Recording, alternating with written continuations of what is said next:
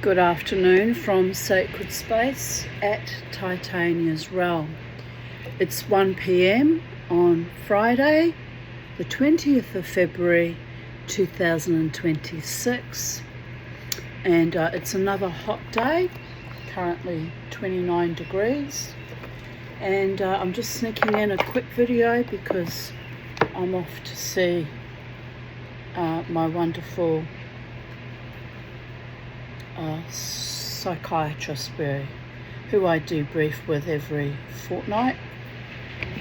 So I just thought I'll sneak in a quick video, I'll have my debrief, and then I'll upload this video after that. I think try and time manage my time. So we're up to chapter 10, The Angry Birds. At the tail end of the summer came the grape harvest. Throughout the year, you had been aware of the vineyards as part of the scenery, but it was only when the grape harvest came that you remembered the sequence of events that led up to it. The vineyards in winter, when the vines looked dead, like so many pieces of driftwood stuck in lines in the soil. And then the day in spring when you first noticed a green sheen on each vine as the delicate, frilly little leaves uncurled. And then the leaves grew larger and hung on the vines like great hands warming themselves in the heat of the sun. After the grapes started to appear, tiny nodules on a branch stem which gradually grew and plumped themselves in the sunlight until they looked like the jade eggs of some strange sea monster. My bloody grapes have never fruited. Another thing like my dragon fruit that never fruited. Devastated. Oh, poor Mama T. Anyway. Then was the time for the washing of the vines. The lime and copper sulfate in big barrels would be dragged to the vineyards in little wooden carts, pulled by the ever-patient donkeys. Maybe that's what I've been doing wrong. I've never put lime and copper sulfate on them. The sprayers would appear in their uniforms, but made them look like visitors from another planet. Goggles and masks, a great canister strapped on their backs from which led a rubber pipe as mobile as an elephant's trunk through which the liquid would run. This mixture was of a blue that put the sky and the sea to shame. It was a distilled blueness of everything blue in the world. Tanks would be filled, and the sprayers would move through the frilly groves of vine, covering each leaf, wrapping each branch of green grapes in a delicate web of Madonna blue. Under this protective blue mantle, the grapes swelled and ripened until at last, in the hot dog days of summer, they were ready to be plucked and eased of their juice. The grape harvest was so important that it naturally became a time of visiting, a time of picnics and of celebrations, a time when you brought out last year's wine and mused over it. We had been invited to attend a wine harvest by Mr. Stavrodakis, a tiny, kindly, wizened little man with a face like that of a half-starved tortoise, who owned a villa and some big vineyards towards the north of the island. He was a man who lived for his wine, who thought that was the most important thing in the world, and so his invitation was delivered with all the solemnity befitting such an occasion, and was received with equal solemnity by the family. In his note of invitation, written in bold copper plate, embellished with little frills and flourishes, so that it looked like a wrought iron tracery, he had said, "Do please feel free to bring those of your friends that you think might enjoy this." "Wonderful," said Larry. "He's supposed to have the best cellar in Corfu." "Well, I suppose we can go if you want to," said Mother, doubtfully. "Of course I want to," said Larry. "Think of all that wine. I tell you what, we'll hire Benzina and make up a party." "Oh yes," said Margot eagerly. "He's got that marvellous beach on his estate.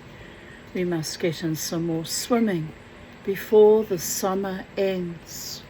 I've missed out on an entire summer of swimming again too. It's been like that for the past 6 or 8 years. It's dreadful. I used to love swimming. Oh well, it's because I'm lazy and haven't taken myself out to Coochie Mudlow Island or, other beaches.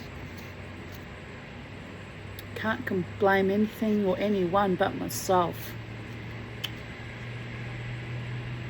Anyway, "We can invite Sven," said Larry.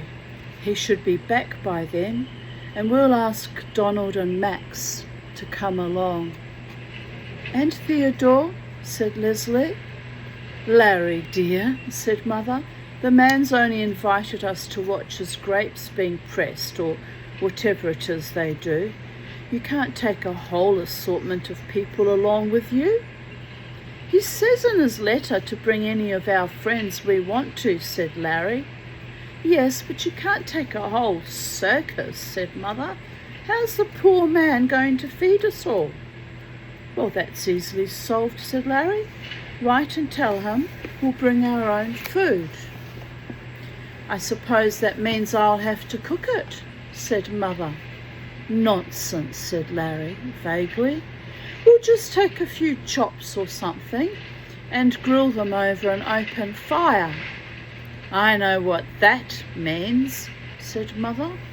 "Well, surely you can organise it somehow," said Larry. "After all, it seems to me a perfectly simple thing to do." "Well," said Mother reluctantly, "I'll have a word with Spiro in the morning and see what can be done." The result was that Mother penned a careful note to Mr. Stavrodakis, saying that we would be delighted to accept his invitation and bring a few friends. We would bring our own food and picnic on the beach, if we might. Mr. Stavrodakis sent back another piece of copper plate topiary, expressing himself overwhelmed at our kindness in accepting his invitation, and saying that he looked forward to seeing us. He added, "Do please come undressed, as we are in the family way." The phrase puzzled us all considerably, since he was a bachelor of long standing, until we realised he had translated it literally from the French. He meant please come casually, as we're a family-friendly party or what have you. Anyway, I just find that delightful. Do please come undressed, as we are in the family way. It's amazing how just switching over a few idioms can get you into so much trouble. The party finally consisted of Donald and Max, Theodore, Kralewski, Sven, who had turned up in the nick of time from Athens, Spiro, and the family. I'm just going to segue there.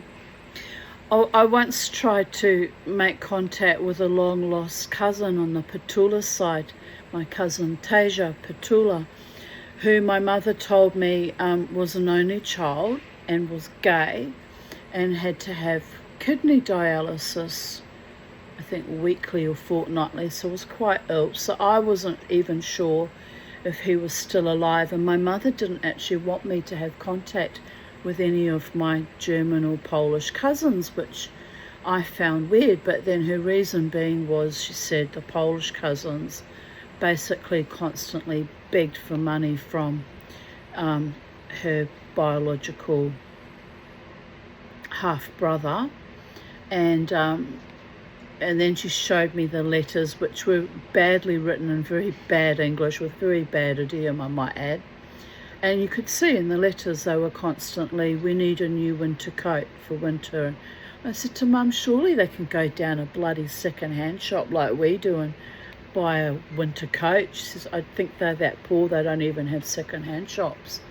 So I kind of was torn between feeling, pity for them and compassion that they were so desperately poor, but as I read through the letters, they were asking for bigger and bigger ticket items and getting quite demanding, and I thought, no, my mother might be right.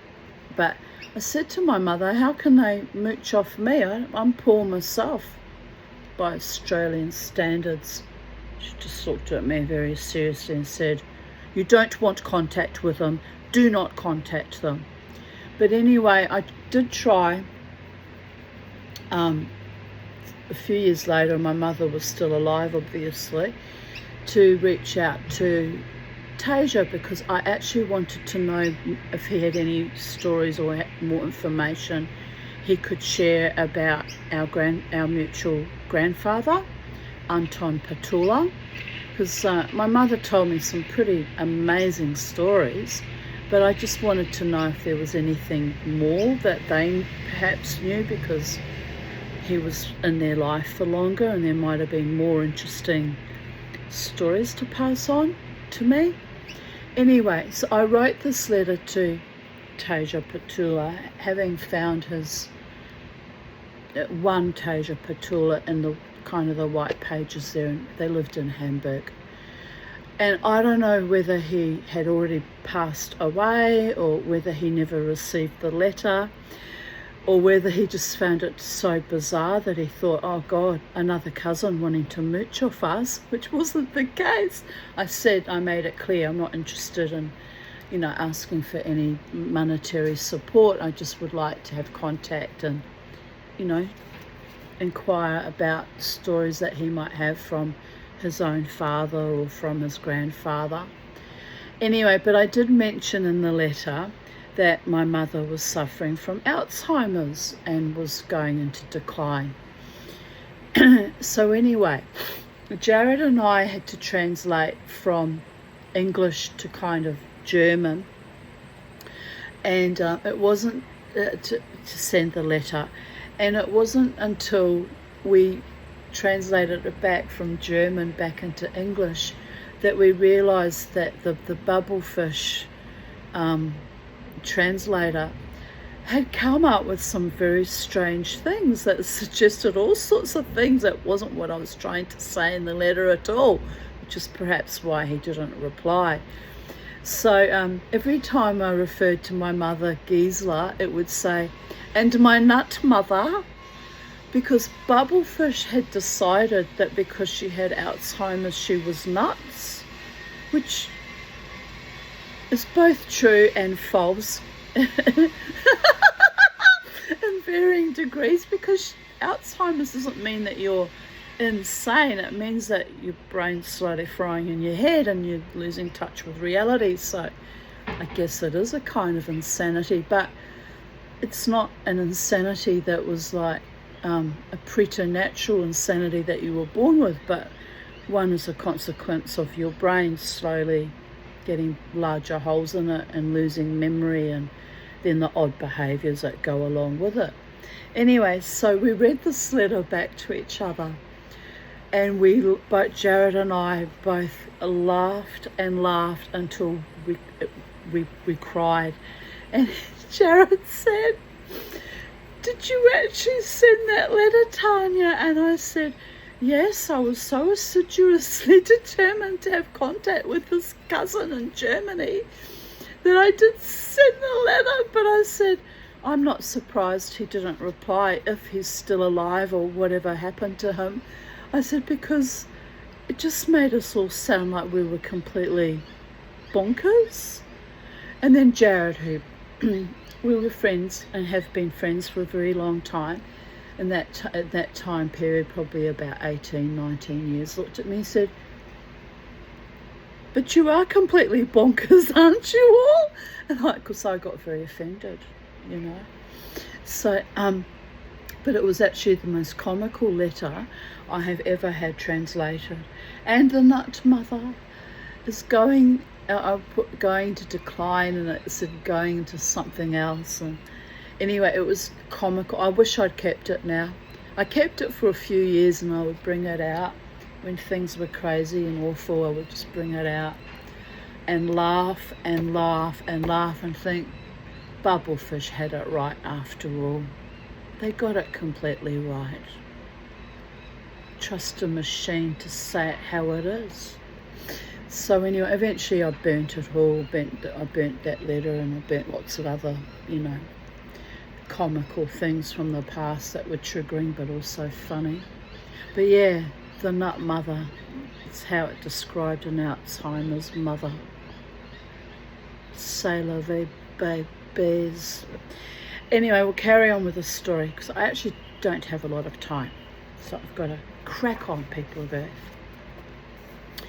The party finally consisted of Donald and Max, Theodore, Kralewski, Sven, who had turned up in the nick of time from Athens, Spiro and the family. I've just decided I'm ravenously hungry in this moment. We'll crack on. We assembled at 6:30 in the morning at the sunken steps behind the king's palace in the town, where a dumpy, freshly painted Benzina waited, bobbing and greeting to us in the tiny ripples. Excuse me. I have no idea what a Benzina is, but it must be some kind of ferry or something. Getting on board took us quite some time. There were the numerous hampers of food and wine, the cooking utensils. I'll be so fucking glad when those arseholes are finished that house. They just make so much noise. Sorry, I'm just having a wee moment here, probably because I'm hungry. There were the numerous hampers of food and wine and the cooking utensils, and Mother's enormous umbrella, which she refused to travel without during the summer months. Then Kralewski, bowing and beaming, had to go through the performance of handing Mother and Margot on board. "Gently now, don't stumble. That's the ticket," he said, as he escorted them both onto the boat with all the courtesy of a doge handing his latest mistress into a gondola. "Fortunately," said Theodore, peering up at the blue sky penetratingly from under the brim of his Homburg. "Fortunately, it looks as though it's going to be, a fine day. I'm glad of that, for as you know, the slightest motion upsets me." As Sven missed his footing as he was getting on board and almost dropped his precious accordion into the sea. But it was retrieved from a watery death by Max's long arm.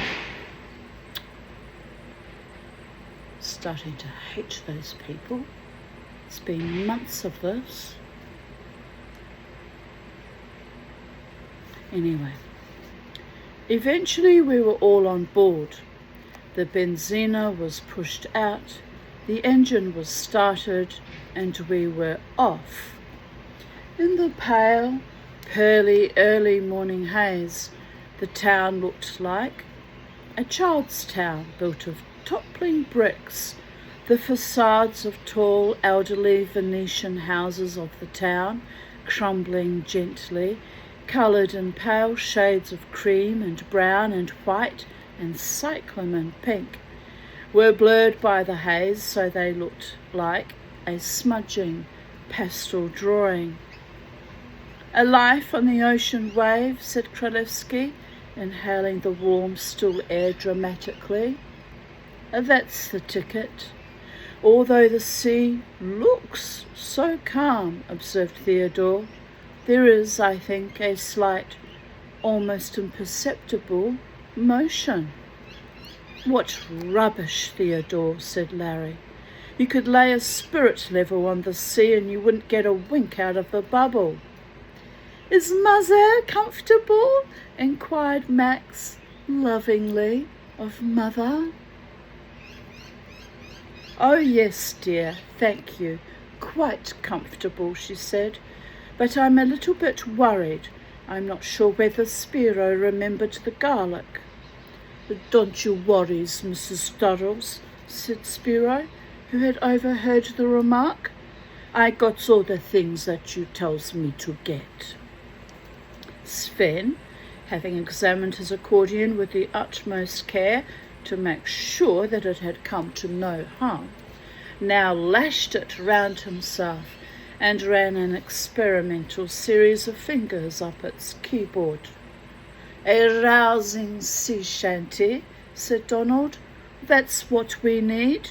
Yo-ho-ho and a bottle of rum." I left them and made my way up into the bow of the benzina, where I lay, staring down over the prow as it sheared its way through the glassy blue sea. Occasionally, little flocks of flying fish would break the surface ahead of us, glittering blue and moon silver in the sun, as they burst from the water and skimmed along the surface like insect-gleaning summer swallows across a blue meadow. At 8 o'clock we reached our destination, a half-mile-long beach that lay under the flanks of Pandokrator. Here the olive grove came almost to the sea, separated from it only by a wide strip of shingle. As we approached the shore, the engine was switched off and we drifted in gently under our own momentum. Now that there was no engine noise, we could hear the cries of the cicadas welcoming us to land. The benzina, with an enormous sigh, pressed its bow into the pebbles of the shallows. The lithe brown boy, whose boat it was, came forward from the engine and leapt from the bow with the anchor, which he lodged firmly in the shingle.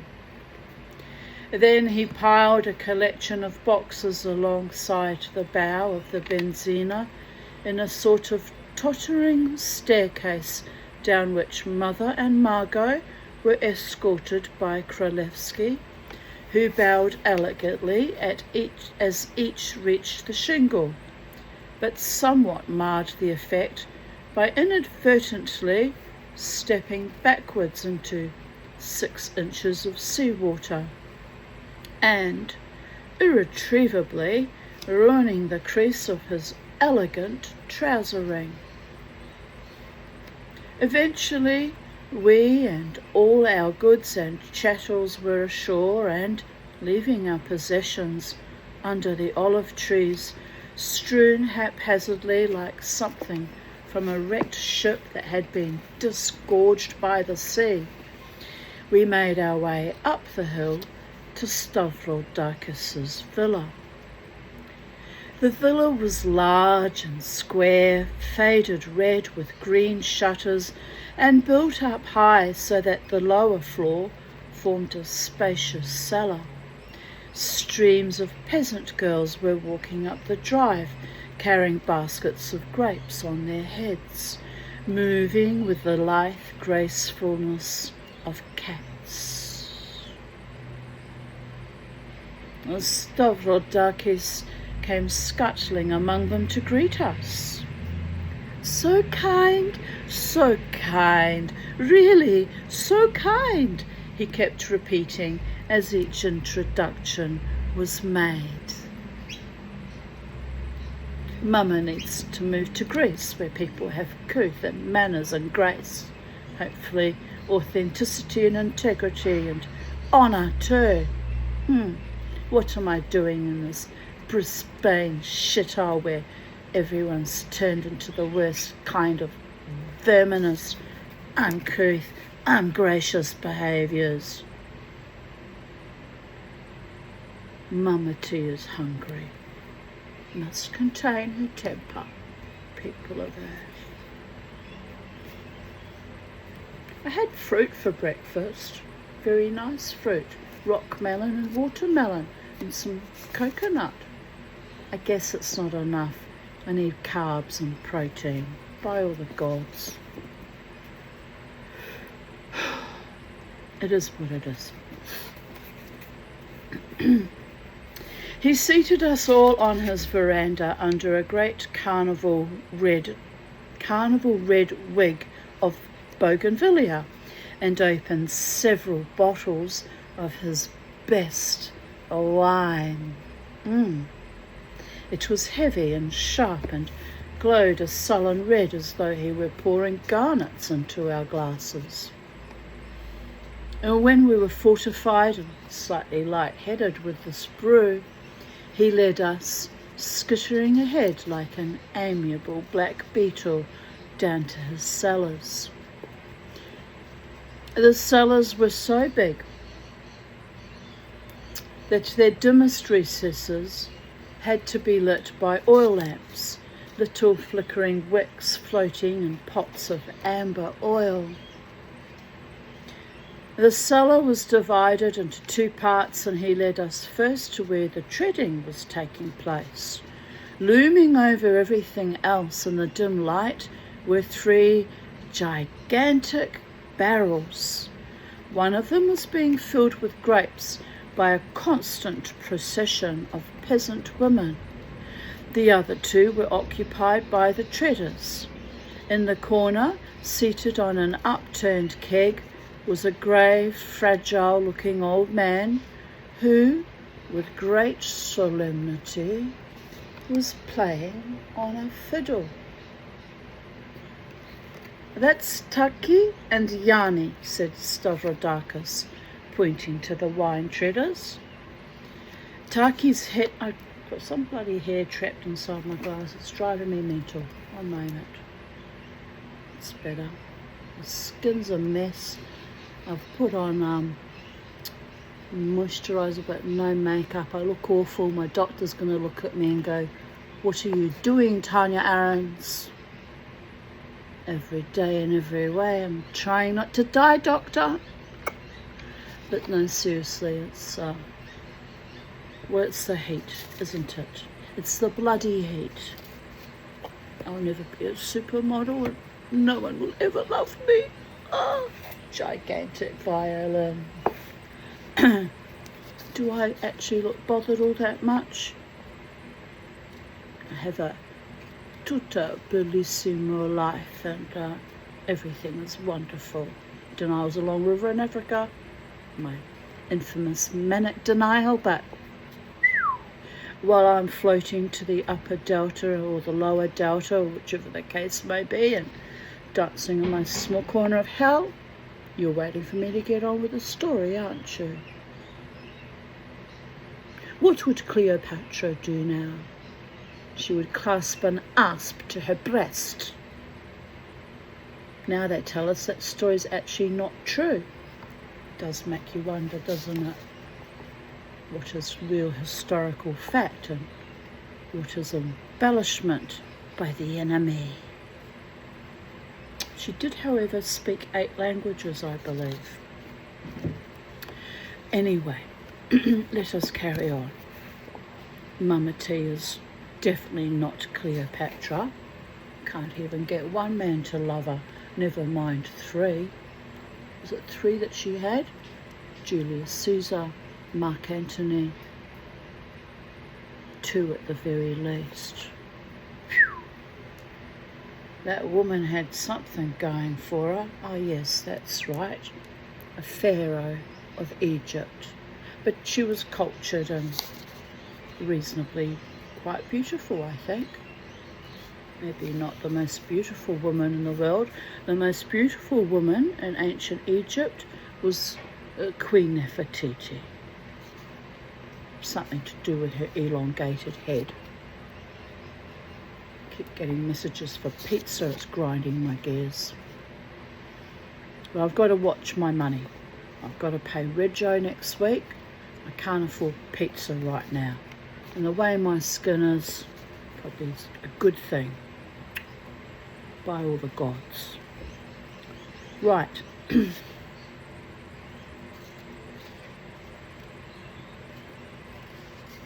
Taki's head could only just be seen above the rim of the barrel, whereas Yanni's head and shoulders were still visible. Taki's been treading since last night, said Stavrodakis, glancing nervously at Mother and Margot. So I'm afraid he's a little bit inebriated. Indeed, from where we stood we could smell the heady fumes of the grape pulp, and they were intoxicating enough, so their force must have been trebled when concentrated in the warm depths of the barrel. From the base of the barrel, I thought they had to ferment before they became alcoholic. So there you go. Learnt something new every day. From the base of the barrel, the crude young wine dribbled out into a trough where it lay smouldering with patches of froth on top as pink as almond blossom. From here it was siphoned off into barrels. How many pages have we got? Starting to freak out about time. Alright, just going to get a hairbrush and some lipstick, because if I turn up completely barefaced, my psychiatrist won't dare say anything, but he likes it when I turn up looking like I've got my shit together. Alright, babies, Mama has to get her shit together.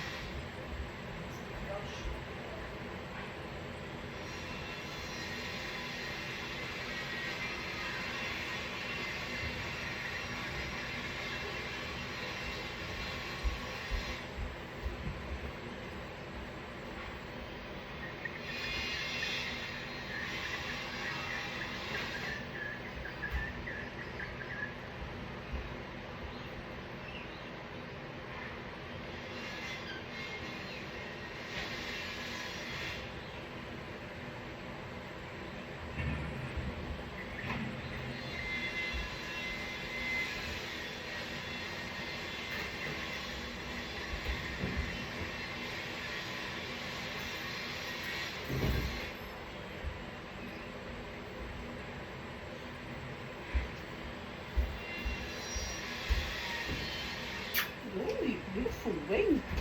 Oh, he's got beautiful big wings when he stretches them right out. So I'm just gonna, like, multitasking people there. Multitasking.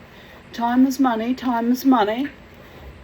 My time, your money, although no one pays for anything on YouTube, do they? It's all free love, free love, free love and wildness at Titania's realm.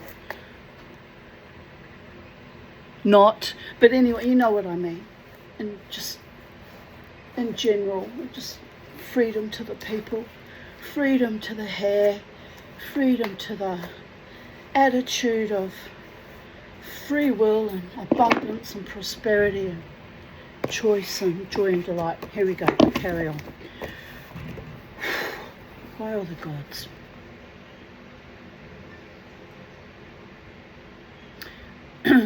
From the base of the barrel, the crude young wine dribbled out into a trough, where it lay smouldering with patches of froth on top, as pink as almond blossom. Oh, dear goddess. It's like, I hate brushing my hair. I actually hate it. It's a nuisance. I wish I didn't have to brush my hair, but then I'd have to shave it all off or keep it very short, and I don't like either of those appearances, so the hair gets ultimately brushed occasionally, rather unwillingly. Right, this is of course the end of the harvest, Stavrodakis was explaining. These are the last of the red grapes. That's better. They come from a little vineyard high up and produce, I venture to think, one of the better wines of Corfu. Taki momentarily stopped his jig on the grapes, hooked arms over the side of the barrel and hung there like a drunken swallow on its nest, his arms and hands stained with wine and covered with a crust of grape skins and seeds all night. That'd be exhausting. It's time I came out, he said thickly, or I shall be as drunk as a lord. Yes, in a minute, my Taki, said Stavrodakis, looking around him nervously. In a minute, Kostas will be here to relieve you. There's always some boof happening at the top of my head, isn't it? It's like my angels are dragging me by my hair through life, buffing me around, biffed and boofed and sometimes puffed. Oh well. Yes, in a minute, my Taki. Oh, we read that. One must pee, Taki explained aggrievedly. A man can't work unless he pees. The old man put down his fiddle and, presumably by way of compensation, handed Taki a lump of coarse bread which he ate wolfishly. The lorikeets are here. The lorikeets are here, boys. The lorikeets are here. Right. I think I look presentable now. By the time I go out to the car and drive there and the wind throws my hair around, I'll be just as scruffy as I was before. Love me, scruffy. Love me, complete. Or don't love me at all. Either way, do I look bothered? Right. Does bother me when I'm not loved. Every human being on this planet wants to be genuinely, sweetly, kindly, authentically, honouringly loved. But I live in Titania's realm where it's just all a bit fucking delusional, isn't it? Well, that's because I keep choosing assholes, dear goddess. Well, not everyone's an asshole, people of Earth. If I keep my hair brushed and I make an effort, might meet someone who's not an asshole one day. Psychedelic dreamers dreaming again. Put her back in the box. Right. Theodore was giving Sven an erudite lecture on wines, pointing at both treaders and the barrels with his walking stick as though they had been objects in a museum. Who was it, said Max to Larry, that drowned in a butt of Malmsey? One of Shakespeare's most sensible heroes, said Larry.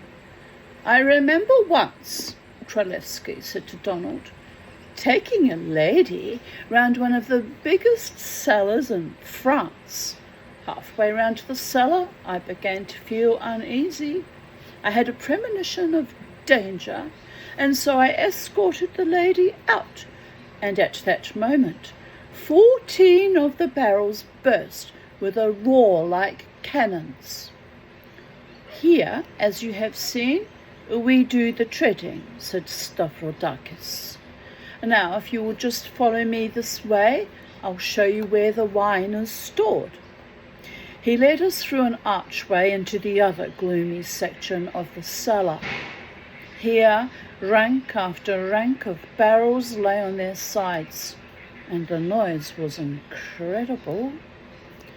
At first I thought it must have some outside source, until I realized that it emanated from the barrels. As the wine fermented in their brown bellies, the barrels gurgled and squeaked and growled at each other like an angry mob. The sound was fascinating, but slightly horrific. It was as though in each barrel there were incarcerated some frightful demon mouthing incomprehensible abuse. "The peasants say," said Theodore with macabre relish, tapping one of the barrels lightly with his stick, "the peasants say that it sounds like a drowning man." "Mumsy," said Max excitedly. "Barrels and barrels of Mumsy. Larry, we'll get drowned together." "Drowned," said Donald. "Most interesting," Mother was saying sincerely to Stavrodakis. "But if you will excuse us, I think Margot and I had better go back to the beach and see about lunch." "I wonder what force it generates in there," said Leslie, glancing around moodily. "I mean, if it generated sufficient force to push one of those bungs out, I wonder what power it would have." "Quite considerable," said Theodore. "I remember once seeing a man who was quite badly injured by the bung from a barrel." "Don't ask." As if to demonstrate this, he tapped a barrel sharply with his stick, and we all jumped. "Yes, well, if you will excuse us," said Mother nervously, "I think Margot and I had better be going." "But the rest of you will come up to the house and have some wine," pleaded Stavrodakis.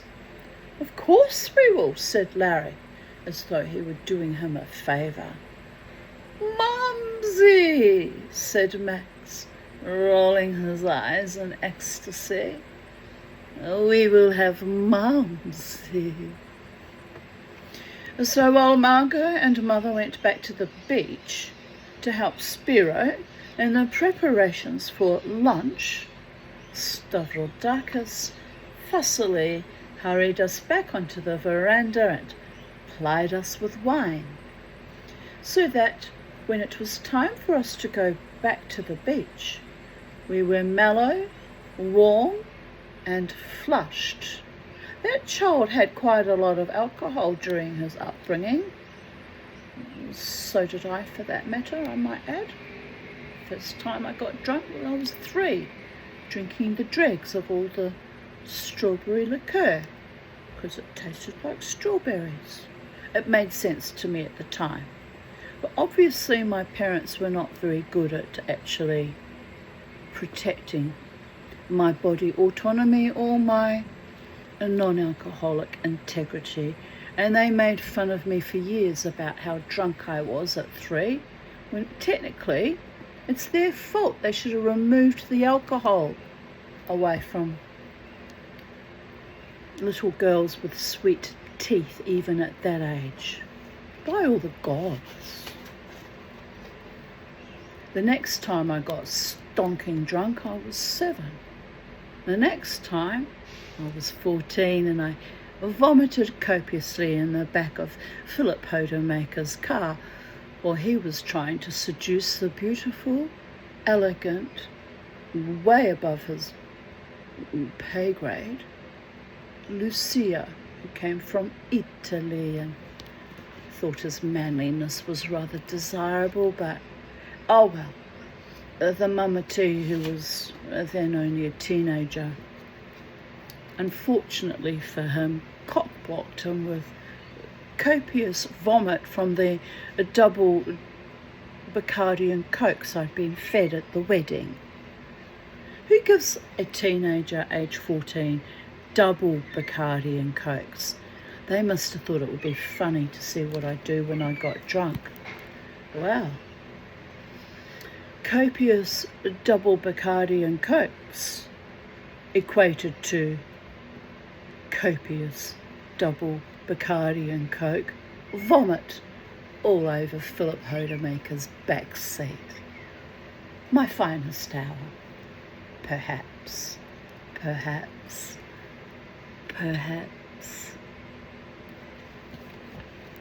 Bloody boys.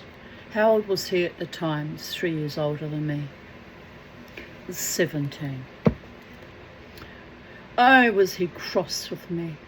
I could have had Lucia. I said you had no show and a dog show. She was far too good for you. He kind of took it in good ribbing, actually. He had a very good sense of humour, our Philip Hodemaker's. He did have a good... He was always happy-go-lucky and smiling. Anyway, well, he was as a teenager. I guess he grew out of it eventually, all that responsibility. But anyway.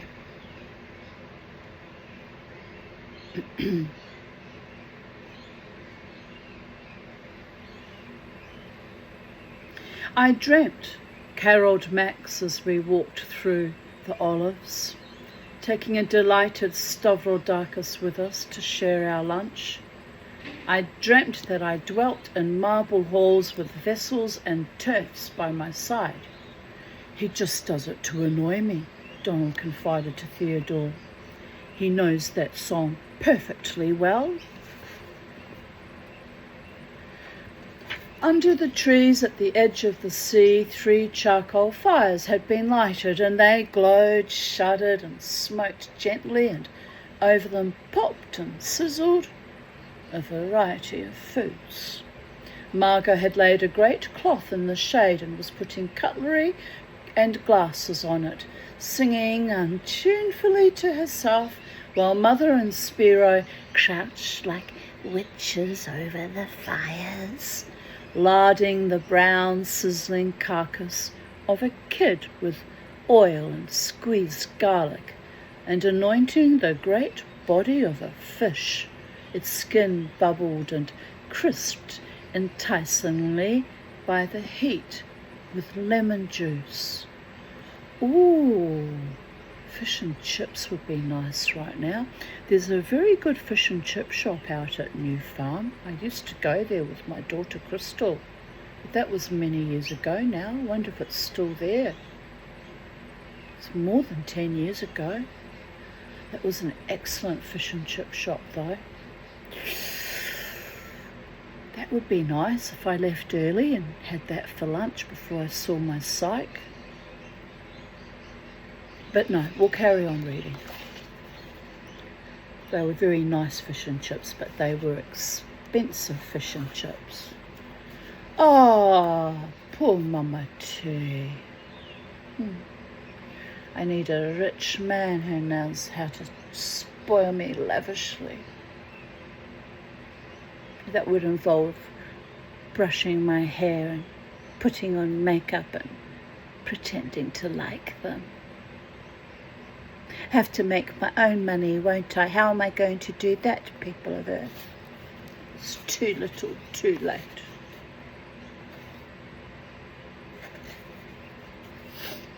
Need to make jewellery and find a niche market for my jewellery. Well, that was the plan, wasn't it? Dear Goddess, I despair, I really do. I really despair. And today I received news that a female friend that I know from the music scene, who was the only one that I kept on my Facebook, has just been diagnosed with early stages of bowel cancer. Another casualty of the you-know-what 5-6 years ago. By the gods, I'm livid. But anyway, at least they've got her early and hopefully she'll be fine, because bowel cancer is one of the most curable of cancers. So I won't go into freak out mode just yet. I'm sure she'll be fine. Lunch we ate in a leisurely fashion, sprawled round the bright cloth, the glasses glowing with wine. The mouthfuls of kid were rich and succulent, woven with herbs, and the sections of fish melted like snowflakes in your mouth. The conversation drifted and sprang up and then coiled languidly again, like the smoke from the fires. "You have to be in love with a piece of stone," said Sven solemnly. "You see a dozen pieces of stone, you say, 'Puh, that's not for me.' And then you see a piece, delicate and elegant, and you fall in love with it. It's like women. But then comes the marriage, and that can be terrible. You fight with it and you find that the stone is hard. You are in despair. Then suddenly, like wax, it melts under your hands and you create a shape." "I remember," said Theodore, "being asked by Berlincourt, you know, that French painter who lives over at Palio Castrizza, being asked by him to go and look at his work. He said, you know, quite distinctly, 'Come and see my paintings.' So I went one afternoon and he was most hospitable. He gave me, little cakes and tea. And then I said I would like to see his paintings, and he pointed to one large canvas. It was on the, that thing that painters use? Ah, yes. Easel. It was quite a pretty painting, really. It showed the bay at Palio Castrizza with the monastery quite clearly. And when I had admired it, I looked round to see where the rest of his work was, which there didn't appear to be any. So I asked him where the rest of his paintings were, and he pointed to the easel and said, under there. It appeared that he couldn't afford canvases, and so he painted one picture on top of the other. This is called suffering for your art, people of Earth. Suffering for your feckin' art. Great artists have to suffer, said Sven lugubriously. When winter comes, I'll take you over to the Buntrinto marshes, said Leslie with enthusiasm. Masses of duck there and damned great wild boars up in the hills. Ducks I like, but wild boars? But wild boars, I think, are a bit big for me, said Max, with the conviction of one who knows his limitations. I don't think Max is up to it, said Donald. He'd probably cut and run at a crucial moment. A foreigner, you know. And then, said Mother to Kralewski, you put your bay leaf and sorrel in just before it starts to simmer. So I says to him, Mrs. Margles, I says, I don't care if he is the French ambassador. He is a bastard. And then at the edge of the marsh, it's a bit difficult walking, of course, because the ground's so mushy. You can get woodcock and snipe. I remember once I visited a village in Macedonia where they did very curious,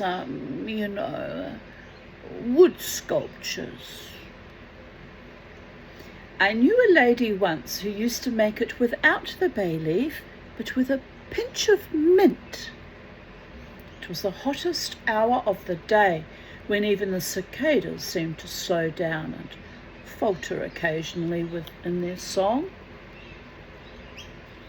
The black ants moved busily across the cloth, gathering the crumbs of our food. A horsefly, its eyes gleaming like malevolent emeralds, settled for a brief moment on Theodore's beard and then zoomed away. He's lucky, those bloody things always bite me. Slowly, full of food and wine, I got up and made my way down to the sea. And sometimes I could hear Stavrodaka say to Margot, sometimes the barrels really shout. They make a noise as if they were fighting. It keeps me awake. Oh, don't, said Margot, shuddering. It makes me creepy just to think of it.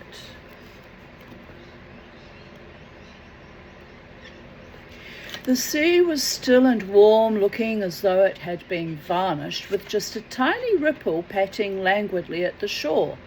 The shingle scrunched and shifted, hot under my bare feet.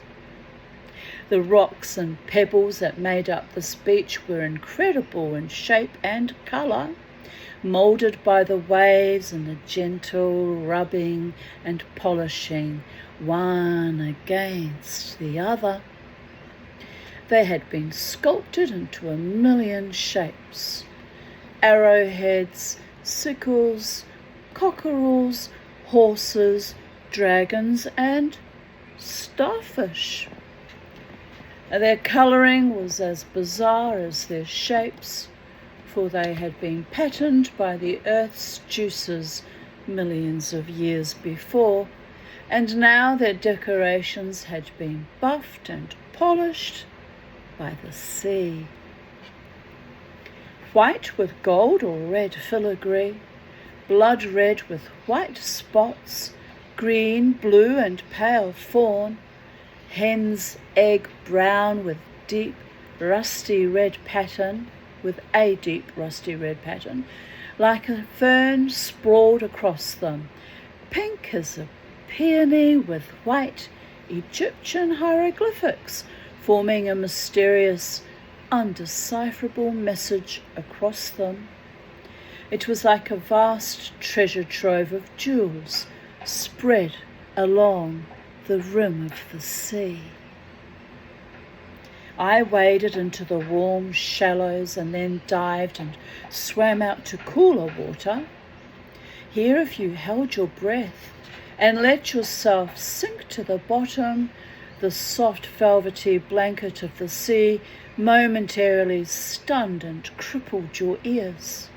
Then after a moment they became attuned to the underwater symphony, the distant throb of a boat engine, soft as a heartbeat, the gentle whisper of the sand as the sea's movement shuffled and rearranged it, and above all the musical clink of the pebbles on the shore's edge.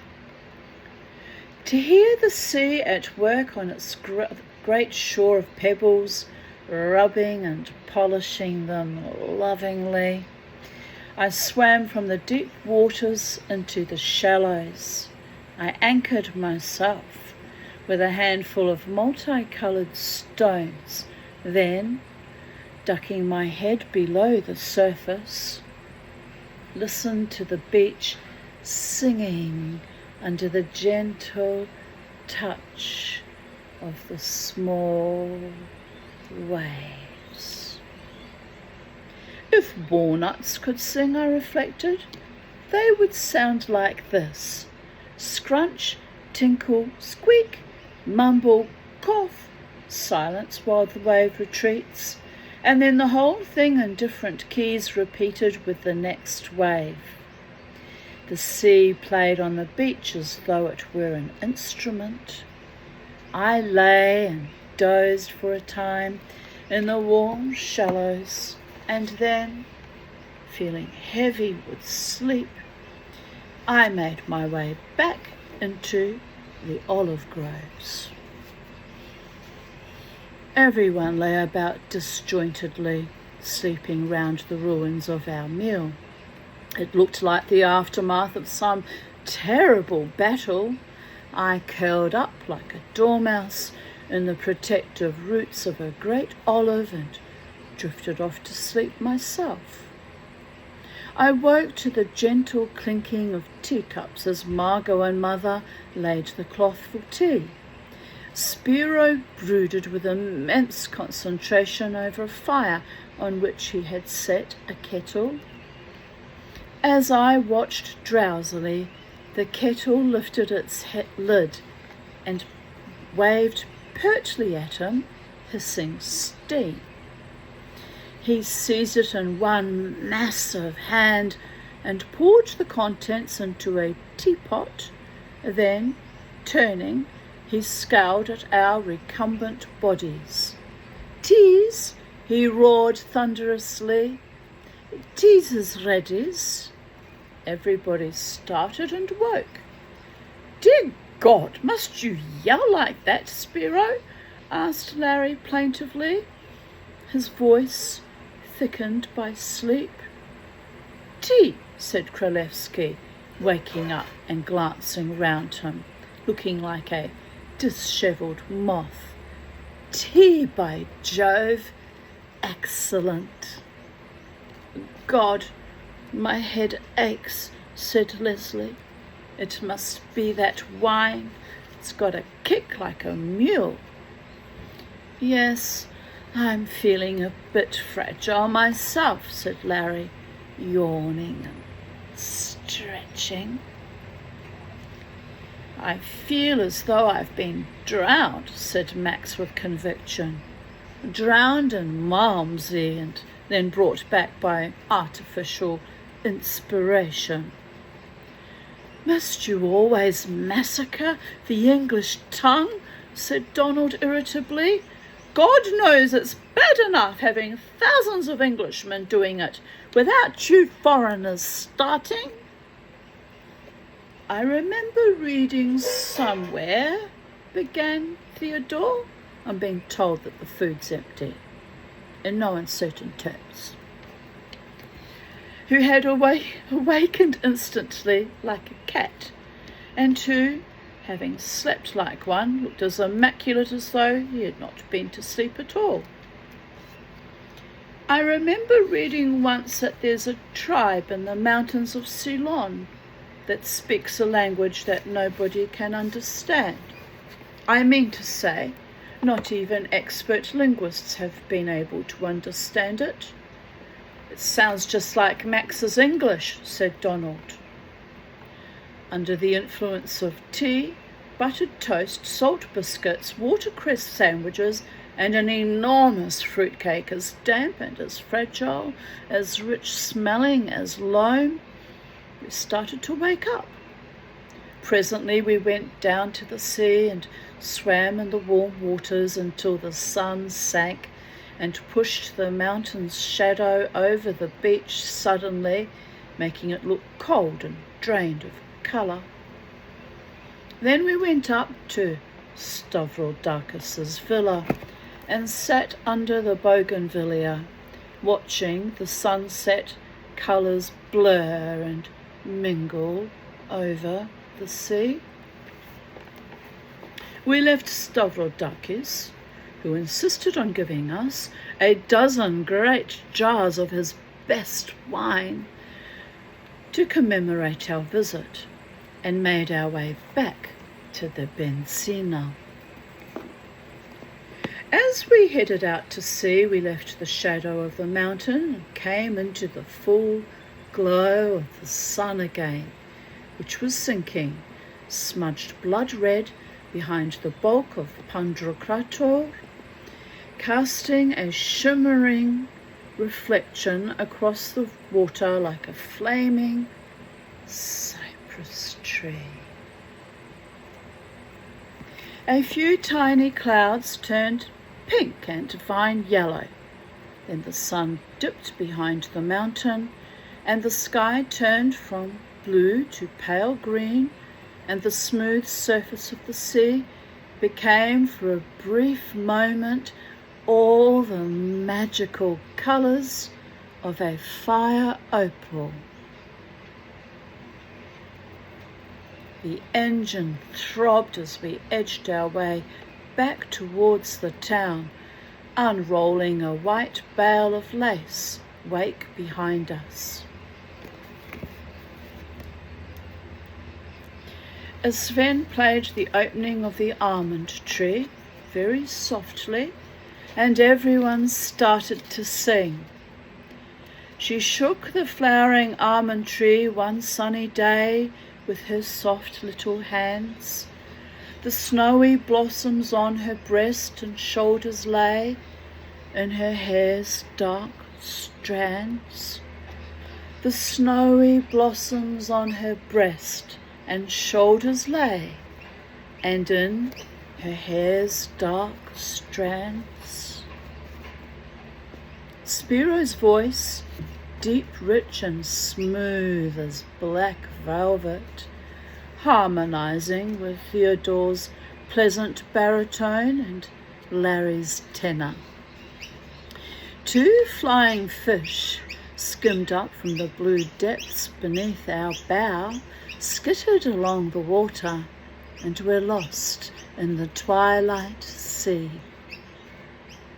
Now it was getting dark enough to see the tiny green coruscations of phosphorus on our bow as our bow slid through the water. The dark wine glugged pleasantly from the earthenware pitchers into the glasses, the red wine that last year had lain snarling to itself in the brown barrels. A tiny wind, soft as a kitten's paw, stroked the boat. Kralevsky, his head thrown back, his large eyes full of tears, sang at the velvet blue sky, shuddering with stars. The sea crisped itself along the sides of the boat with the sound of winter leaves, wind lifted, rubbing themselves affectionately against the trunks of the trees that gave them birth. But when I saw my darling thus in snow arrayed, to her sweet side I sped. I brushed the gleaming petals from each lock and braid. I kissed her and I said, I brushed the gleaming petals from each lock and braid. I kissed her and I said,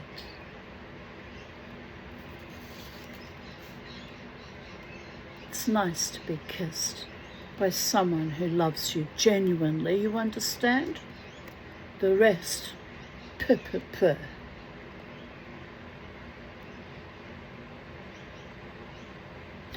Far out in the channel between Corfu and the mainland, the darkness was freckled and picked out with the lights of the fishing boats.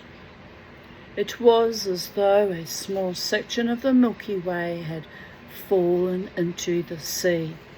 Slowly the moon edged up over the carapace of the Albanian mountains, at first red like the sun, then fading to copper, to yellow, and at last to white. The tiny wind shimmers on the sea glittered like 1,000 fish scales. The warm air, the wine, and the melancholy beauty of the night filled me with a delicious sadness.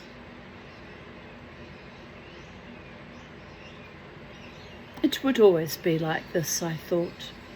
The brilliant, friendly island, full of secrets, my family and my animals round me, and, for good measure, our friends. Theodore's bearded head outlined against the moon, wanting only horns to make him Pan. Kralevsky crying unashamedly now like a black gnome weeping over his banishment from fairyland. Spiro with his scowling brown face, his voice becoming as richly vibrant as 1,000,000 summer bees. Donald and Max frowning as they endeavoured to remember the words of the song and harmonise at the same time. Sven, like a great ugly white baby, gently squeezing the soulful music from his ungainly instrument. "O foolish one, to deck your hair so soon with snow. Long may you have to wait the dreary winter days when chilling north winds blow. Do not anticipate the dreary winter days when chilling north winds blow. Do not anticipate."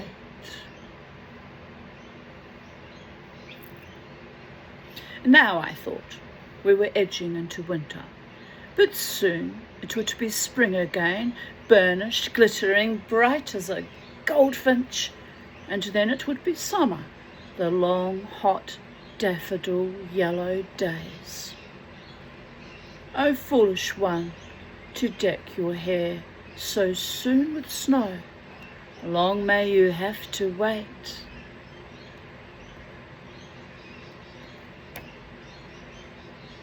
The dreary winter days when chilling north winds blow. Do not anticipate the dreary winter days when chilling north winds blow.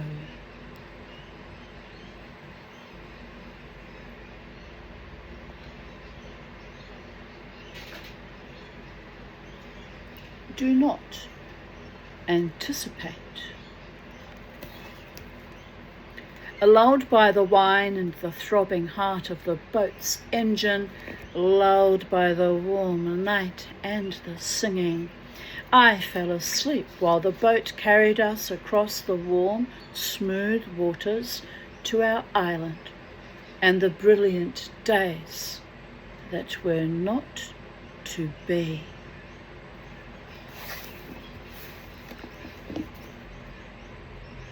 Epilogue. I think we have time for the epilogue. Just. Well planned, Tanya Ahrens. Well planned. Well, Corfu is of such importance to me that its loss would deal a fatal blow to my projects. Remember this: in the present state of Europe, the greatest misfortune that could befall me is the loss of Corfu.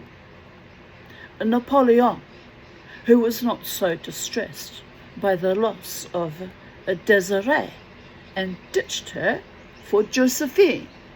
However, Desiree, which happens to be my middle name, was smarter than she looked and ended up becoming the Queen of Sweden. So fuck you, Napoleon. They remained good friends, though. She was often his advisor in some of his greatest war campaigns. Desiree, who met him when she was just a wee wisp of a girl, 17 or 18.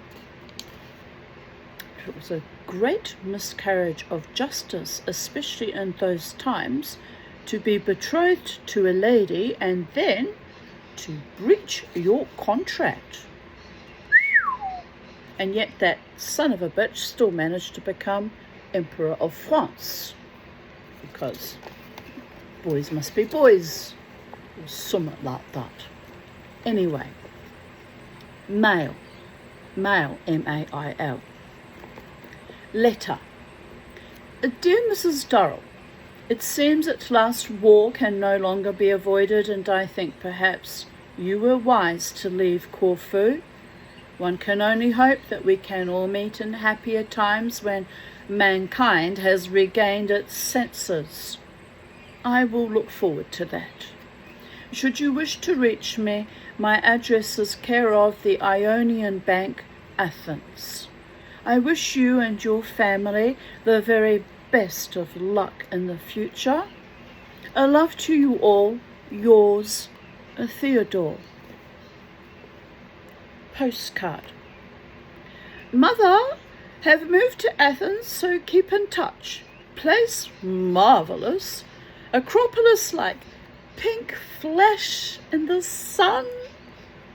Have sent my things to you. It's a trunk marked 3. In a trunk marked 3, you will find book called An Evaluation of Marlowe. Can you send it to me? Everyone here wearing tin hats and looking like war, and buying myself large spare. Love, Larry. Letter. Dear Mother, I have had all my traveller's checks pinched by some bloody Italian. They nearly arrested me because I punched him in the snoot. Give me the Greeks any day. Can you send some more money to me at the Magnifica Hotel, Piazza di Contina, Milan? We'll be home soon. Don't worry. Love, Les. P.S. It looks like war, doesn't it?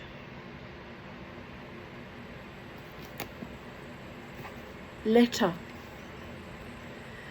Darling Mother, just a hurried note to tell you I'm leaving on the boat on Monday, so I should be in England in about 3 weeks. Things here are rather hectic, but what can you expect? It never rains, but it snows. I think it's simply disgusting the way the Germans are carrying on. If I had my way, I'd tell them. We'll see you soon. Love to you, Margot. P.S. I enclose a letter from Spiro. Most odd. Letter. Dear Missy Margot, this is to tell you that war has been declared. Don't tell a soul. Spiro. And thus concludes Birds, Beasts and Relatives. And I shall be back tomorrow or some day in the near future in the space-time continuum with the third book titled The Garden of the Gods. And if you've been following this channel for any length of time, you will know by now how much the Tanya, also known as Mama T, also known as Psychedelic Dreamer, also known as Miss Five, who is the most powerful and potent of all my alter egos because she is pristine. How much me, myself, and I love gardens, and of course the gods.